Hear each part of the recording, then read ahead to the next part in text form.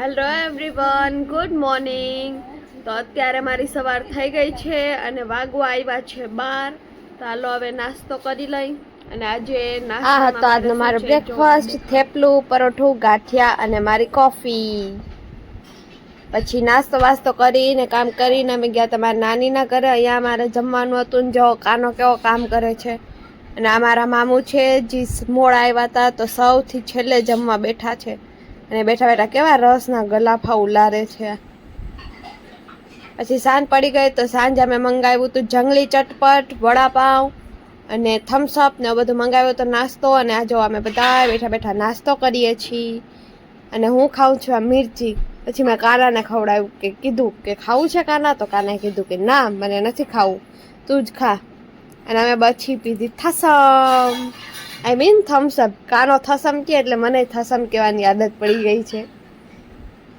પછી અમે કાઢી અમારી રામ પ્યારી અને નીકળી ગયા અમે ખડબડ ખડબડ કરતા આયા મંદિરે જવા માટે. અને હું છું હેવી ડ્રાઈવર, ડ્રાઈવર જ છું. મને આ લોકોએ વગર પગારે ડ્રાઈવર જ રાખી, ગમે ત્યાં હોય તો પલક જ ગાડી હલાવવાની.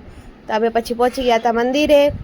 અને અહીંયાની શાંતિ, અહીંયાની ચોખ્ખાઈ. અમે પહોંચી ગયા સ્વામિનારાયણ મંદિરની અંદર. અને પછી મેં કર્યા દર્શન. અને કાનો મારું પર્સ ટીંગાડીને ફરે છે.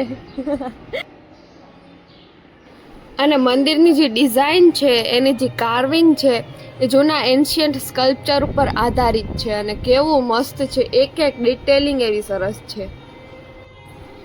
પછી હું કાનાને કન્વિન્સ કરતી હતી મારી યાર ફોટો પડાવવાને. અને હું કહેતી જો કાના હાથી, જો કાના હાથી, કેમ કે કાનો ભાગાભાગી જ કરતો હતો. એટલે પછી માંડ આવ્યો. પછી મેં કન્વિન્સ કરી લીધો અને ફાઇનલી કાનો માની ગયો.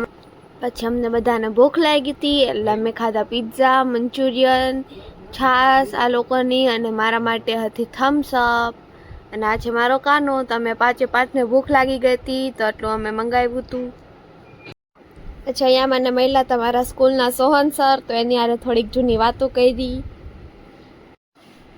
આ જો મારા કાનાનો અહીંયા ઉત્સાહ, અહીંયા એનું ઉમંગ.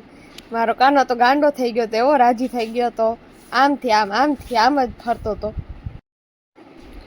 તો પછી ઘરે આવ્યા તો મારી બેન આવી હતી ચોકલેટ્સ દેવા, કેમ કે એને 12થમાં આવ્યા હતા 90.2%. હા બેન જ છે, ભાઈ નથી.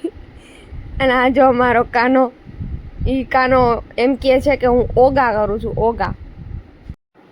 મારો કાનો યોગાને ઓગા કહે એટલે એ એમ કહે છે કે હું ઓગા કરું છું ને મને ઓગા કરતા આવડે. પછી મારી બેનને તેડવા આવ્યા હતા એટલે એ ભાઈ કે એના ઘરે. અને આ છે મારી નાની બેન ઝલક અને હું છું પલક. પછી રાતે હું ને કાનો પહોંચી ગયા હતા દૂધ લેવા. અને આ કાનાએ દૂધ લઈ લીધું છે અમારું. અને આ જો મેં એક મોસ્ટ ઇમ્પોસિબલ કામ કર્યું. પછી રાતે અમે બધાએ પીધું કોલ્ડ ડ્રિંક્સ અને એ હતું ફેન્ટા. અને મેં પીધી એક ગ્લાસ. તો પછી અમે બધાએ પી લીધી ફેન્ટા. અને આ જો મારા ભાઈ લોહી કાઢ્યા, કાંઈક ને કાંઈક કરતો જ હોય.